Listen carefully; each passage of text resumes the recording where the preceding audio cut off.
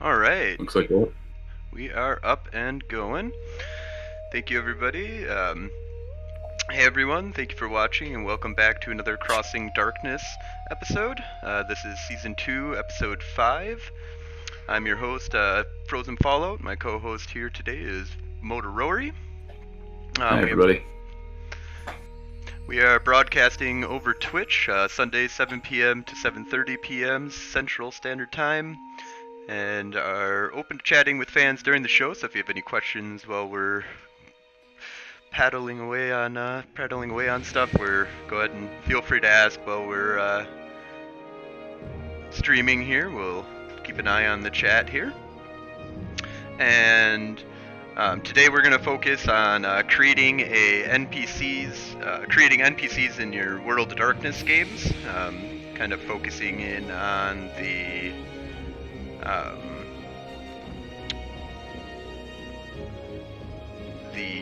more based ways of how to create your characters here, your NPCs.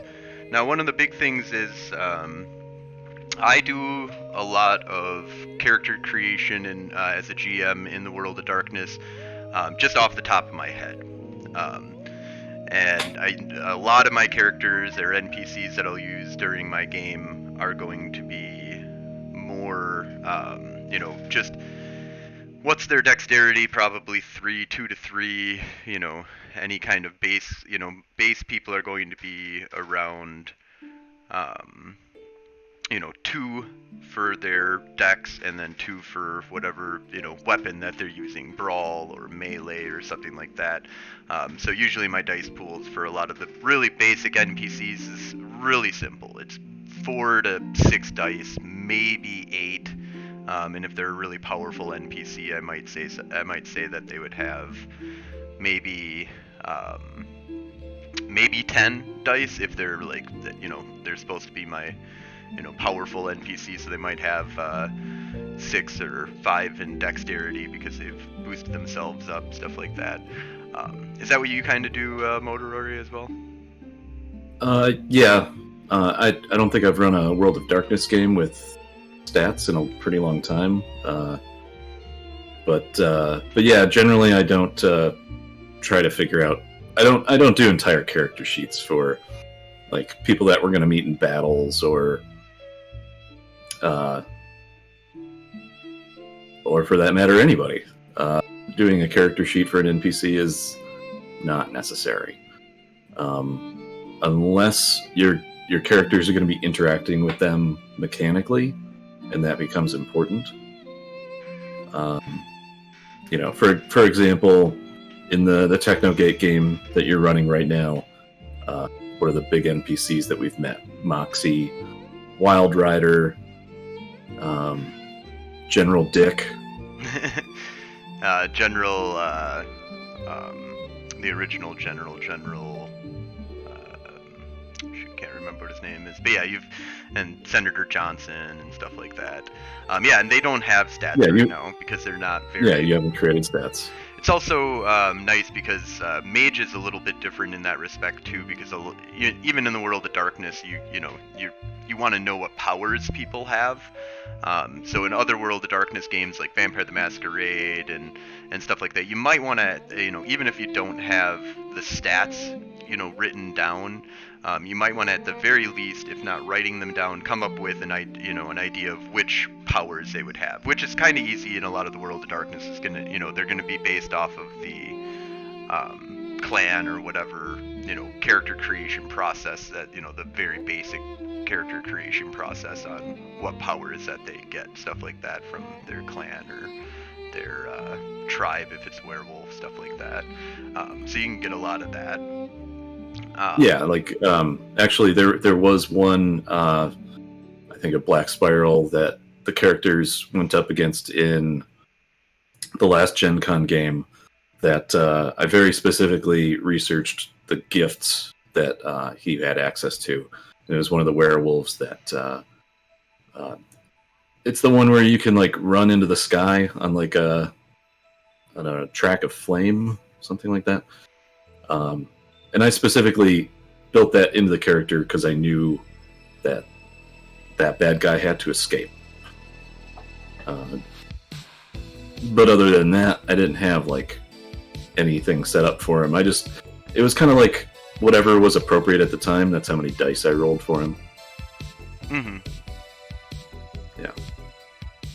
Yeah, no, and that's definitely going to be how a lot of NPCs are. But there's going to be a lot of NPCs though that you're going to want to have a lot more detail on than just, I'm guessing his dice pool is around 6 to 8, something like that. Yeah. And in that case, there is the base character creation rules, and I don't really go by them very much at all. Even the 1395, for your abilities, or your abilities, and then your attributes, you get like 795 to distribute. I might completely ignore that. Now, the 795, I do kind of, in 1395 that you get for skills, the point distribution for that, I kind of keep that in mind at the very least when I'm building my characters. But I also, as a GM, I'm going to be focusing in on more what would they have. Period. Is this a person that is one in every one of the physicals? Because that's just how they're just very sickly person. I don't need to give them any merit or any special thing to do that. Or flaw or whatever. I'm just gonna say they have all ones in, a 1 in strength, a 1 in stamina, a 1 in dexterity, because that's who they are, regardless of how character creation is supposed to be working. If you're gonna do like an actual character sheet for an NPC, be they a good guy or a bad guy, if you want to start it out with just the standard character creation rules, you can, but especially making characters for Madison Under Siege, that I think I tried to do it for like 2 of them, and then I was like, I'm not gonna do that anymore, because it takes too much time, and like you said, it's especially because World of Darkness is more of a narrative game. It's more about where your character fits into the story, and so you give them dots and things based on that role. Mm-hmm. What you would expect them to have. Right, and that's kind of the nice thing that I really prefer the character creation system, especially the NPC character creation that you can do in the World of Darkness over almost any other system that I've encountered. Because like for example, Dungeons and Dragons, really popular tabletop role-playing game. But wait a minute, I forgot to change something. 1 second here. What's going on? I just reminded myself that I needed to update what we're broadcasting under. We were broadcasting under EVE Online, so probably really confusing some people that were popping in here. But hi EVE players. So let's see, that's fixed now. Anyways, sorry about that. So what I was talking about was Dungeons and Dragons, their character, NPC creation system. One that's really nice with Dungeons and Dragons is they give you a lot. They have an entire book that's dedicated to characters for you to use. The monster manual. And so that's an entire book just dedicated to a bunch of pre-created monsters for you. So you don't, Dungeons and Dragons is a lot easier in the sense that you don't, if you're just going to worry about your monsters, you've got a bunch of them. You don't need to do a lot of work for them. But that kind of falls. Although, in kind of the same vein, like if you're just going to be interacting with like other people in D&D, like you don't need to make stats for a shopkeeper, or even necessarily for somebody who is going to be a part of your plot that's going to be very important. You don't have to sit down and like build them as a level 7 cleric just because they're a part of a church and they're going to be a big part of the plot. You can just kind of assume a lot of the powers that they have, just kind of have a general amount of HP. And I'm pretty sure the Dungeon Master book has like a a base cleric at level 5 or whatever for you to use. So they do have those kind of things for you. But, a lot of people in Dungeons & Dragons, what they do is they have to go, okay, I've got a level 20 dude. Level 1, he was this. Level 2, he got this. Level 3, he got... Because you have to go through the formulistic system of building him. Like, so... if I was going to build something that's, an equivalent to a, let's just say like a, 500-year-old mage comparatively to a level 20 wizard in Dungeons & Dragons versus Mage the Ascension, I can probably get that character sheet done, being fast and dirty. I might be able to get that character sheet done in, I don't know, maybe 5 minutes if I'm doing real dirty, just kind of want to just pick out a few things, pick out a couple of spheres and stuff like that for him, and kind of just run right through, and I can know that he's got a bunch of points distributed all over the place, and he's going to have 5s and possibly 6s and stuff. So I'm just going to be really quick, dirty, pick things out. To do a quick and dirty level 20 character, I'd have to steal the base 20 character that exists in the game, and then modify it, and that's going to take me a lot longer. And if I wanted to do it properly in the World of Darkness, I'm going to probably spend like an hour maybe making that character sheet, really kind of going over some of the different, magical spheres or their, protocols for technocracy or rotes for the Mage the Ascension. I'm going to kind of go through and pick out all these different things that they can do, but overall, I'm really just the character sheet itself. I don't have to be really complicated with it. With that 20th level character in Dungeons & Dragons, I'm going to have to go through level 1, level 2, level 3, and spend hours building that character. Yeah. Although, like I was saying before, like, you're only going to do that if it's mechanically necessary. Right. And if it's mechanically necessary for you to build a 20th level character and know all of their powers, they are either your big bad, in which case, yeah, you should probably like build that character, or they're a major aspect of the story, in which case you want them to be fleshed out. But that being said, your characters in a D&D game could still encounter a 20th level, character of some sort, and you could have absolutely no prep. Just 20th level cleric of Pelor. Right, but in any way, them in a cathedral. Going back to World of Darkness, though, I just I wanted to kind of throw that out there just because I really like how quick and easy and very little having to dig into the book that I would need to do in order to build a World of Darkness character. You can go to different extremes, but that's kind of how I handle it. Is I kind of go in to it with either like we were talking about, I don't even have a character sheet. I don't even think about a lot of stuff other than base pools and maybe that they're gonna have 2, 3, or 4 in a skill or something that they're using when it matters, and I'll be very on the fly with it, or I'll sit down and I'll make out a character sheet for them, but I'm not gonna follow all the rules necessarily. I'm gonna put down what I feel is proper, but there is other ways of doing it where you do the base character and then you give them their freebie points. You do their freebie point system, and then doing the experience points, which does take longer. You've got to actually go through and find out where you're spending your experience points and stuff like that. I think the only time I ever did that for World of Darkness characters was when I was making the werewolves for the first year for Madison Under Siege. And I had 13 character sheets sitting in front of me, and I went through and I did all of it because I wanted to give the same amount of like experience points to each person, and they were high level characters, like they were the leaders of their particular tribe in the area. So I wanted to make sure that they were powerful, but I also wanted to make sure that they were, balanced.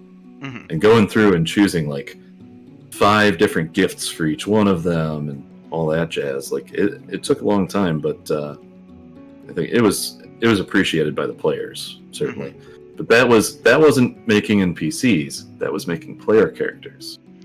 Right. So it's different.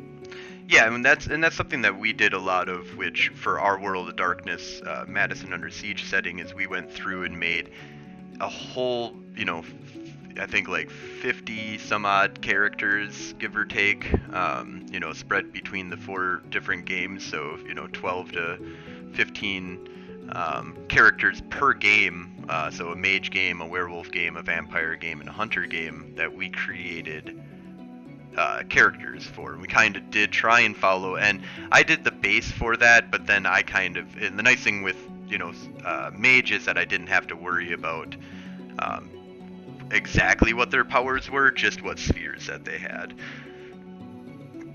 Although I did try and give them specific powers as to what they could do, but it got muddled to a certain degree, and I ended up just giving out a rote book that I created that just was a book filled with rotes because they had so many powers. Yeah. So in terms of the game that you're running right now, the Technogate game, what's been your process, kind of like pulling back the curtain a little bit for creating some of the NPCs there? And not necessarily just mechanical, but like actually like, what have you thought about in terms of their backstories, and how did you approach that? Okay, yeah. So one of the things that I did with Technogate is I'm stealing a lot from Madison Under Siege. So in Madison Under Siege, one of the things that I did do is I went and... It's the same mythos. Right, but so I went back. The reason why I'm just explaining that is because I went back and I kind of took a bunch of history. I created basically a huge history book for Madison Under Siege that detailed out the beginnings of all of history and everything that's kind of gone on into the World of Darkness. And you can kind of do that by going to like Wikipedia or to the White Wolf Wikipedia, and you can, year by year, they have like a statement on what happened every year in the World of Darkness. And I kind of just went and stole all that, and then I went back through that and started placing NPCs into the history, my NPCs that I wanted to have. What were they involved in? Were they involved in any of the huge events that were happening in the World of Darkness, or did they just have their own, special quote-unquote huge events that happened to them in the World of Darkness in that timeline of history? So I kind of went back. Actually, can I jump in there? Yeah. I think I have a vague memory of this. Would have been like 4 or 5 years ago now, and I can't remember if what we were preparing for, but we had that whole history document, and we were going through. I can't remember. I think we were all over at your place, and we were just going through the document on Google Docs, and we were choosing random things from history and just inserting like our faction into those history events. Mm-hmm. And we were color coding them and like trying to like figure out how to add our people into those histories. Right. Yep. So yeah, it was a lot of going back and just kind of looking at that, and figuring out what historical things were these people involved in, if any. And for my big NPCs, that's what I wanted to have, was them to be important in, or at least involved in some way, shape, or form with something throughout history, to kind of give them more of a highlighted background. And that's a classic thing in the World of Darkness. Is like I think I've brought up before. Teddy Roosevelt was a werewolf, and Franklin Roosevelt was a kinfolk. It's we've all got our reinterpretations of history in the World of Darkness, and the fact is you can do that in your own games. Sorry, that was a spam call. Oh, spammity spam. Politics. If anybody's watching this in the future, we're still 3 weeks away from the 2020 election. So we don't know what happened yet. And we keep getting fucking politics calls. But yeah, so anyways, though, yeah, I definitely, so a couple of the characters I have in the Technogate game, I have gone back through and, looked over some of the history of the World of Darkness and the history of our Madison Under Siege game, and kind of decided, which ones were they involved in, who do they know, and that's another big thing, actually, is who do they know, more than just their history, but who do they interact with, who do they know, and what do they know, because that's going to be a lot of what I use my NPCs for in the World of Darkness. Is they're either connected to somebody else and they have connections or information about somebody else, or they're, I'm using them specifically for something. And who they know and what they're capable of doing, or what they're doing in the story, is extremely important. But the main part is who do they know, and kind of or what do they know? Using those using that information in the game, so that you can portray that information, what they know, to the players, as well as possibly introduce them to other characters. So, for example, there's the Maxi character that I have, who knows Wild Rider, and also knows other reality deviants out there, and is a technocratic character that the players can use as a connection to the tradition mages, without getting, without being, really breaching that barrier without assistance, because they're a bunch of low-level technocrats. They're not going to be trusted by the technocracy to meet up with these people, and they're not going to be trusted by the traditions to be met with. So they can kind of use her as an intermediary, and she knows a ton of stuff because she's a really old mage. And who they know, and it can get kind of muddled, and you want to be really careful, because a lot of things are secretive in the World of Darkness. When we're going back through and doing our revamp on Madison Under Siege here, originally I kind of had it that you just kind of knew everybody to a certain degree, because you were a high up powerful mage, or you were a high up powerful werewolf, or whatever. A lot of people just kind of knew the other side to a certain degree. Yeah. And I think this time around, I want to make things even more secretive, where even people inside their own faction might not have, like a Order Hermes mage might not know anything about the, even an extremely powerful or a primogen or whatever, or what the heck, it's like a council member or whatever, might not know too much about the Verbena mage. Even, they've met with them, they've done stuff inside of council chambers, they know them in that kind of way, but never met them out there personally, doesn't know where they live, doesn't know, where their chantry is, or anything like that, because that stuff is secret. That's the way that the World of Darkness is a very secretive world, and then that can also make who they know and what they know even more important, because if everybody knows everybody, then who they know is not as important anymore. And if everybody knows everything that's going on, what they know doesn't really matter anymore. So keeping everything in little boxes of secrets can allow you to use characters to open up these boxes and get that information. Yeah. So now you're getting into the area of thought that I've always been fascinated with. So it's the amount of prep versus how your game is structured versus how the players are going to use the structure of that game, right? Because if I remember correctly, we created a secrets matrix for Gen Con Year 2, which the vampires used extensively. Mm-hmm. The werewolves never got their secrets.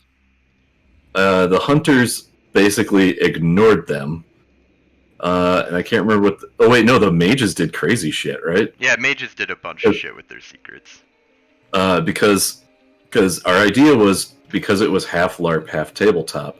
One of the major aspects of LARP is if you know a secret about somebody, you can use it as leverage. And so we created this. Every single character had to have some sort of dark secret. And then we kind of didn't randomly assign it, but we just basically gave that secret to another character. And yeah, I think either we never even wrote secrets for the werewolves, or they just weren't given the secrets. Can't remember now. But then it's, how does the player use it, right? So my like if, because we're actually talking about designing the game right now, because that's the point of this podcast. My problem / concern with that would be if it's a player who's in a room with other players that they've never met before, you can tell them that they know a specific person, like the Son of Ether. The head of the Son of Ethers is good friends with the head of the Verbena in the area. And they could completely ignore that because they've never met that person in real life, the player. Mm-hmm. Versus on their sheet, it says they don't know the guy who's the head of the Hermetics, but they came to the game together. So that's one of those things where I would err on the side of everybody knows everybody. But if you're trying to create a complex game, that might be interesting. Well, okay, so what you're talking about is players knowing stuff, and that's true. Yeah. What I'm talking about is NPCs. NPCs and the world, what we did is completely different. I would highly suggest not to use that as your mind frame when going into this as a 40-person 4-table event, and how you're going to want to do stuff with that, because we're probably not even ever going to do that again.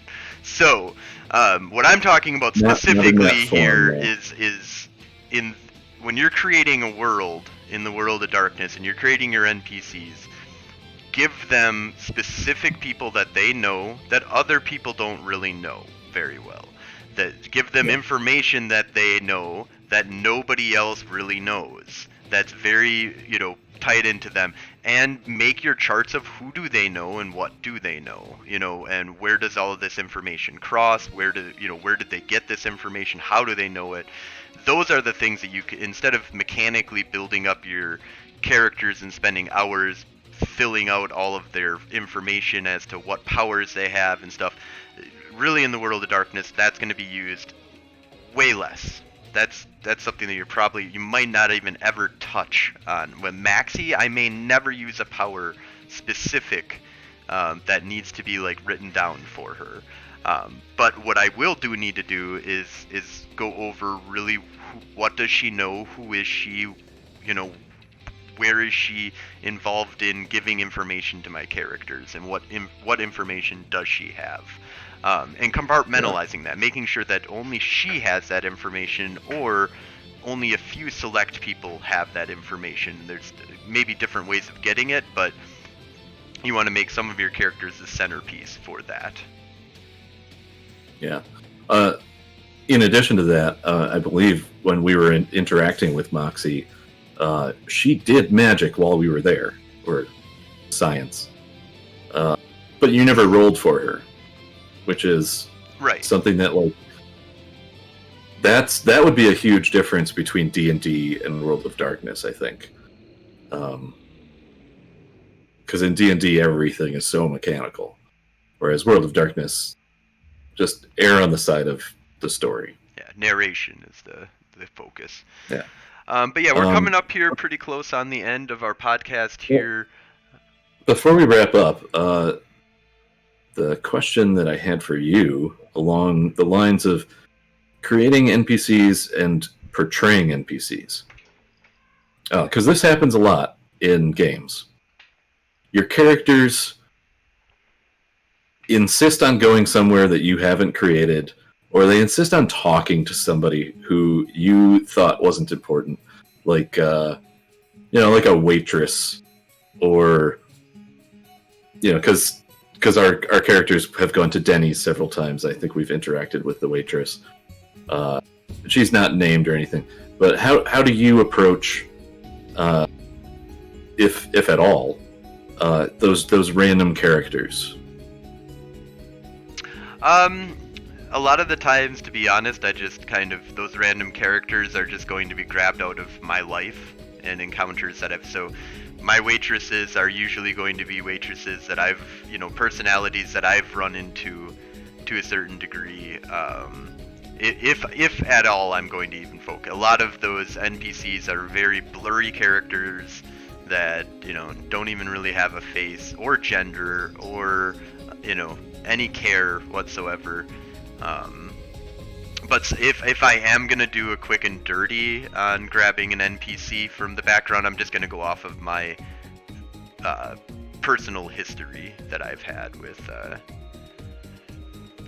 interacting with those types of people. Those types. Actually, so my random characters, because I ran a Firefly game sometime last year, and all of my characters were just absolute stereotypes from basically 90s TV and movies. Just bad accents, over the top. That's just kind of my style. And I like doing voices, which I will not do now. Once I run a game, people will find out about that. But along those same lines, I did want to. There was some really good advice that Matt Mercer of Critical Role gave, which was when you have to create an NPC on the fly, somebody who's just going to interact with the characters for a very limited period of time, come up with two things. What does that NPC want, and what does that NPC fear? I'm not sure how closely he adheres to that, because those people love to go shopping and they deal with shopkeepers all the time, and a lot of them don't fear anything. They don't have a dark secret, or anything like that. But I found that to be interesting, where give those random NPCs just one concern in the world that you have on your mind while you're interacting with your players. I just found that to be interesting. Yeah, definitely. All right, anything else before we wrap up? Did you have a lore that you wanted to go into? Since we're doing NPCs, I thought I might read one of my hunter NPCs. Okay. Let's go with Antoine Darbone. I would do the Oracle, but her entry is too long. Alright, so this was for Madison Under Siege. I think I wrote this for year 3, because I wanted to have some NPCs for characters to interact with if that came up. Antoine Darbone. While not a member of the leadership of the Hunter Academy, Antoine is widely considered to be the world's foremost expert on the undead. He grew up in New Orleans, the grandson of a powerful voodoo priestess. From a young age, he regularly encountered the restless spirits of the Deadlands. His grandmother would invite them to inhabit her and other willing participants. When he was older, perhaps 12 or 13, Antoine himself began allowing these spirits to inhabit him in order to let them speak. Antoine does not speak of the incident that involved his imbuing, but suffice to say, he is no longer allowed back into the city of his birth. Through a series of strange events, he found himself at the Hunter Academy, astonished at the amount of information about the undead that Redmond had amassed. He was equally disappointed in how misunderstood the undead were from the perspective of the Academy. For the last 5 years, he has served as the head research scholar for undead studies.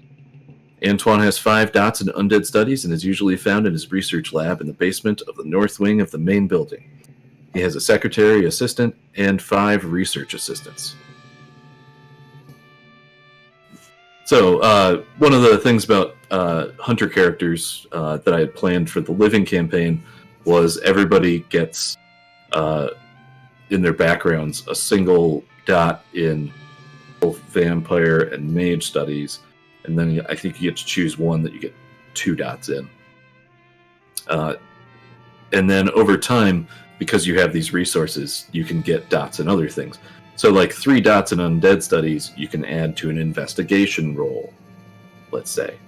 And it's basically general knowledge about zombies, skinwalkers, wraith in general.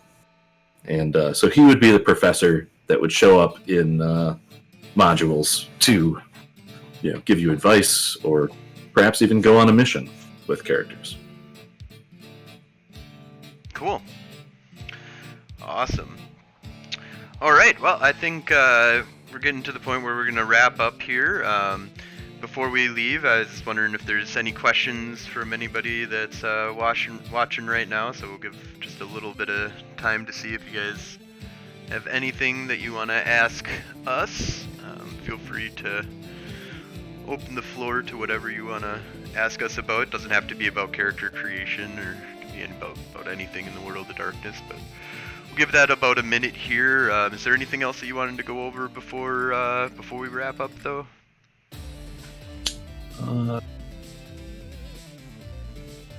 No.